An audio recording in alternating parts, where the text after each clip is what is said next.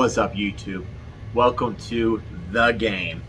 So, want to share with a couple things with y'all today. Got a couple news clips video for y'all today. So, let's get with it. So, for all you golf fans out there, I'm going to dabble a little bit of golf news in today. Probably something you already know, but I want to share it because I want to make this be a genre of all sports. I'm not neglecting not one single sport out there. So, 2021 FedEx Cup tournament champion prize money distributed from 46 million playoff pool. The 2021 Tour champion conducted Sunday with Patrick Cantlay finished one shot ahead of John Rima to win the FedEx Cup playoff and captured a $15 million win. It's a big payday right there. His grand prize. Cantlay, who won the BMW champion in a six-hole playoff over Bison, just last week captured back-to-back events to the end of 2020 and 2021 PGA Tour season, and now lead in the clubhouse of the Players of the Year honors. Congrats to him. Here's a winning list. First place, 15 mil, Patrick Cantlay. Second place, John Raymond, 5 mil. That's a pretty good, decent payday. And third place, Kevin Na, 4 mil. I mean, heck, let me go play golf for one day and win 4 mil for third place. That's what I'm talking about. That's a good day for me. Football news, man. Let's go with this. Come on. Been reading this off and on off of social media. Neil Brown must make a change at quarterback now. It's a pretty big statement. It's all over Facebook, it's all over Twitter, it's all over Instagram. Everywhere I hit, wherever I look, it's on there. Morgantown, West Virginia, playing the redshirt senior instead of a redshirt freshman is safe, and Neil Brown obviously likes safe and predictable, but Jarrett Doege is clearly not the answer. I am on the fence. But that's my opinion, but I'm just reading some script here. He wasn't the answer at the end of the season in 2019, which is kind of true. The stats show it. I'm sorry to say it like that. He wasn't the answer in 2020. Well, that's not fair. We really didn't have a big season in 2020. COVID-19 took care of that. And he certainly is not the answer now. Doege, starting lack of mobility in the pocket, which I did see that.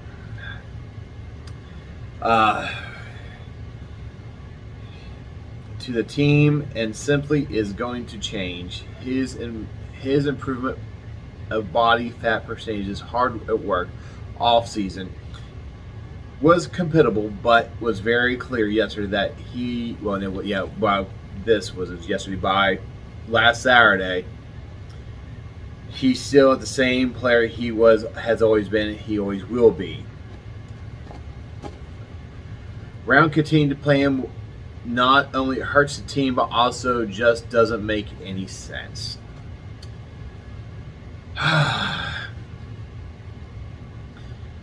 Perhaps they're right. I wouldn't mind seeing Green out in the field a couple times. See him on a couple plays and see what he can bring. He's a redshirt freshman, so he's got game for sure. He definitely has got some game.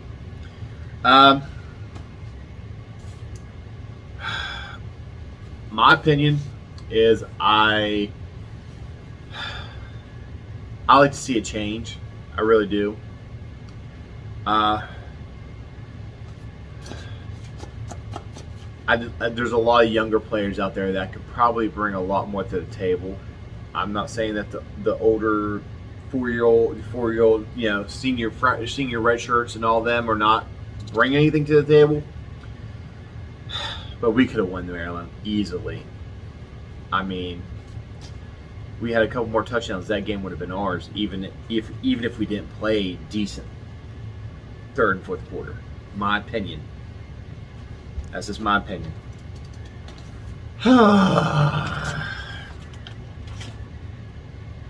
Let's get with some Steeler news. This is the Steelers' schedule that they're going to be preparing for starting today until Sunday. I thought that'd be pretty interesting to share with you all. So, outlining the Pittsburgh Steelers' weekly schedule during the regular season. As the Steelers prepare for the first game of the 2021 regular season. Yes, can't wait.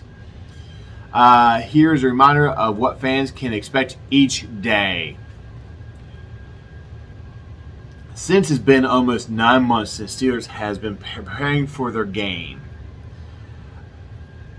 In their typical manner, we hear BTSC thoughts. It would be helpful to remind fans how Steelers generally operate during the game of the week. Following schedule based on Steelers playing the game on Sunday. Monday. This is typical day off for Steelers players. Just because they don't practice does not mean players are not at the facility. Normally, beginning of the day, after the game, players often come to the facility for teammate and film. Treatment and film.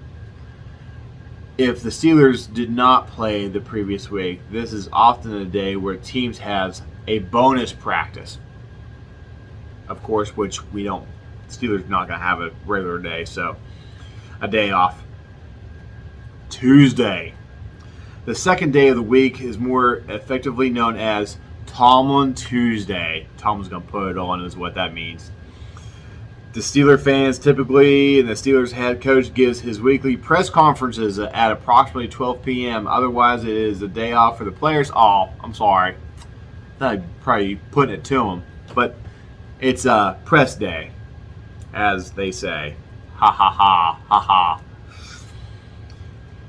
ha. So it's press day pretty much. So there's no player activity going on Tuesday. Wednesday. This is a typical day the Steelers have their first practice of the week to prepare for the upcoming opponent. Following practice at approximately 4 p.m. That's kind of a late practice.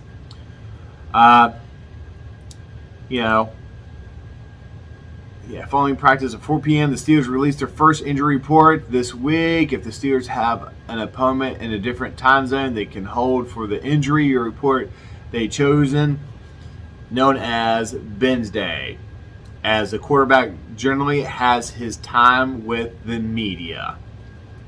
Big Ben. Thursday.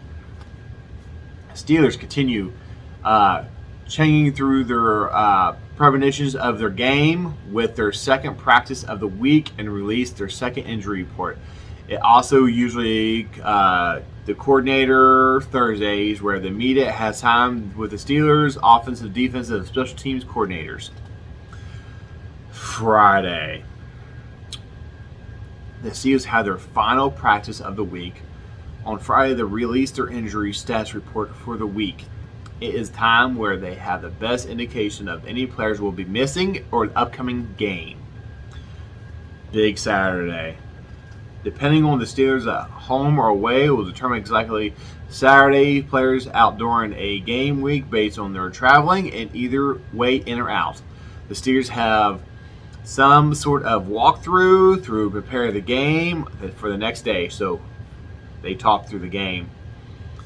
Steelers have until 4 p.m. to make other rosters move ahead to including the evaluation of practice squad, assuming the normal circumstances and did not have the COVID-19 virus. So they get tested. Game day, Sunday. This game day. At 90 minutes before kickoff, the Steelers must announce their inactive of the game and its final chance to eliminate the practice squad players in case they need for a COVID replacement. After this, all that's left is taking the field and leaving with a victory, which we're going to be getting. Okay. One more Steeler news. This is the last Steeler news here. This is my last news story. This has been going on for, a couple months I've been seeing here and there, and I've been reading into it for the past couple weeks. TJ Watt. Will he return to practice this week? If y'all don't know, they're having they're doing their contract thing. So it was almost every Pittsburgh Steelers fan has been waiting for weeks. This is true. I love TJ Watt. I hope he gets what he wants. I hope Steelers and TJ Watt can come to a final decision, and he can start playing and going to practice and all that. He's been going to practices, but I think it's the fine line here soon. But let me read this to you.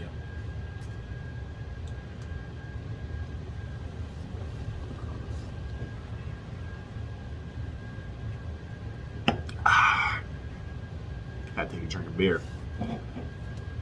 Bullet, baby.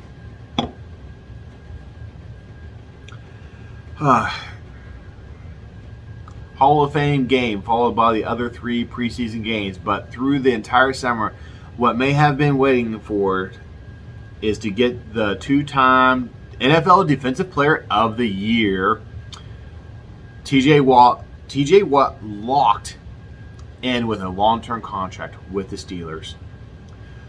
Once mandatory minicamp ended in June, anyone following a sometimes exhausting entry known as a Steeler tweeter would hear about fans we're ready for the deal to be done.